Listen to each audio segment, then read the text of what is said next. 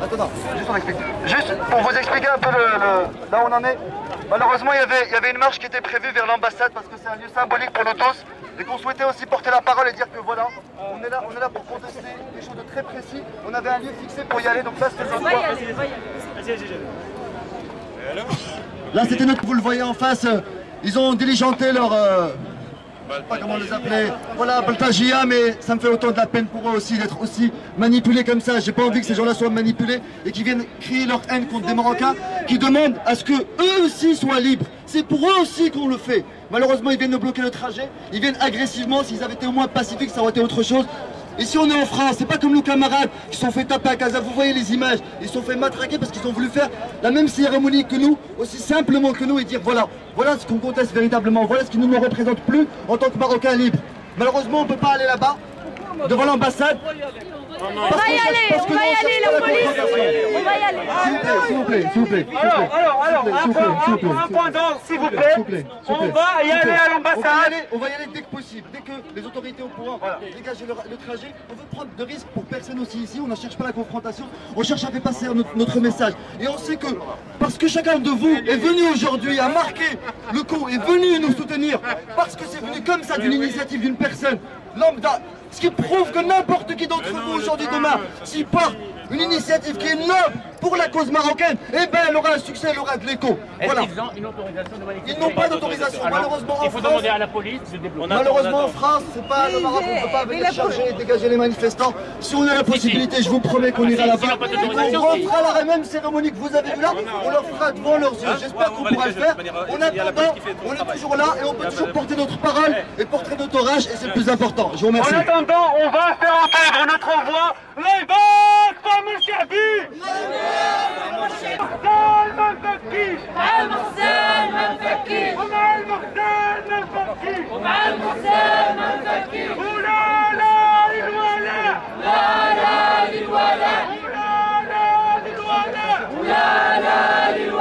Le signal de la police pour dégager les Baltagiens qui sont là-bas pour démarrer vers l'ambassade. Maintenant, nous avons un programme à poursuivre. Nous allons refaire une BA tout à l'heure, mais avant ça, nous avons quelques personnes à entendre. Ahmed Ben Siddiq, qui a, je pense que vous le connaissez tous, qui a révoqué sa BA en 2011, nous a envoyé un texte depuis le Maroc. Il y a aussi un texte de Mohamed Ramash, et nous avons aussi Ahmed Bennani, qui est un anthropologue marocain, qui est l'un des plus anciens exilés politiques marocains en Europe, qui est exilé depuis 63, si je ne me trompe pas. 69, bon, 6 ans. Ahmed a quelque chose aussi à nous dire. Donc je pense qu'on va commencer par le texte de Ahmed Ben Siddiq que nous allons entendre. Ensuite, nous entendrons Ahmed. Et je voudrais aussi je voudrais signaler la présence parmi nous du capitaine Mustafa Adib, qui nous a fait... qui nous a fait la belle surprise aujourd'hui de venir avec son uniforme militaire. Mustafa Adib qui a été condamné. Il a servi la nation. Bravo. Mustafa qui a été condamné à une lourde peine de prison pour avoir signalé la corruption au sein de l'institution militaire marocaine. Bravo. Je voudrais aussi, alors là je viens d'apprendre que nous pouvons nous diriger vers l'ambassade. La police vient de me signaler ça. Alors est-ce que nous y allons tout de suite pour occuper l'espace ou est-ce que nous entendons un texte et nous y allons? Suzani parmi nous qui est venu de Bruxelles. Pour ceux qui ne le connaissent pas, c'est celui qui a, je vais le dire trivialement, c'est celui qui a explosé la gueule à Jamel Debbouze en lui disant que lui se prosterne et fait le baisement au roi du Maroc, alors que Sam ne fait allégeance qu'au peuple marocain. Voilà, et je passe la parole tout de suite à Mohamed Ramash. باش ما نبانش عيان حدا السي احمد بن الصديق.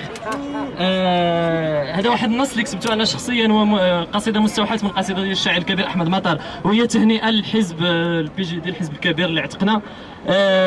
رساله خاصه اللي كتهضر نيت على هذا التيم ديال الركوع. لمن نشكو مآسينا ومن يقوم ظهورنا ويجدينا، أنشكو ركوعنا ذلا لحكومتنا وهل راكعة من ستنقذنا؟ قطيع نحن ومن على الفرس راعينا، ومنفيون نمشي في أراضينا، ونعرب عن تعازينا لنا فينا، فوالينا أدام الله والينا، رآنا أمة وسطا، فما أبقى لنا دنيا ولا أبقى لنا دينا.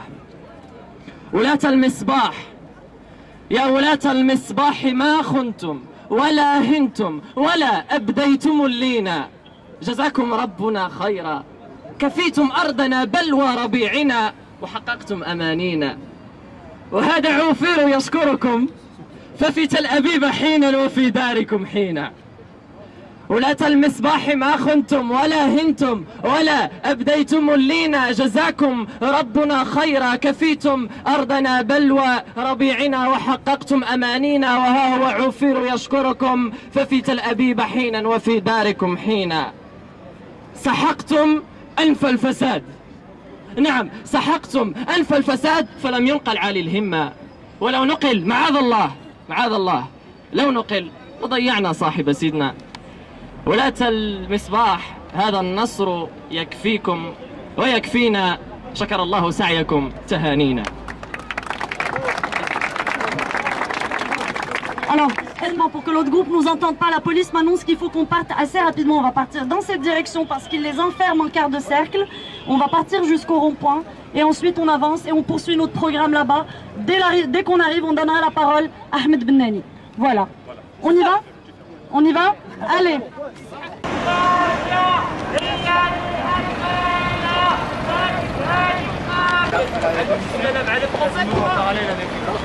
العامة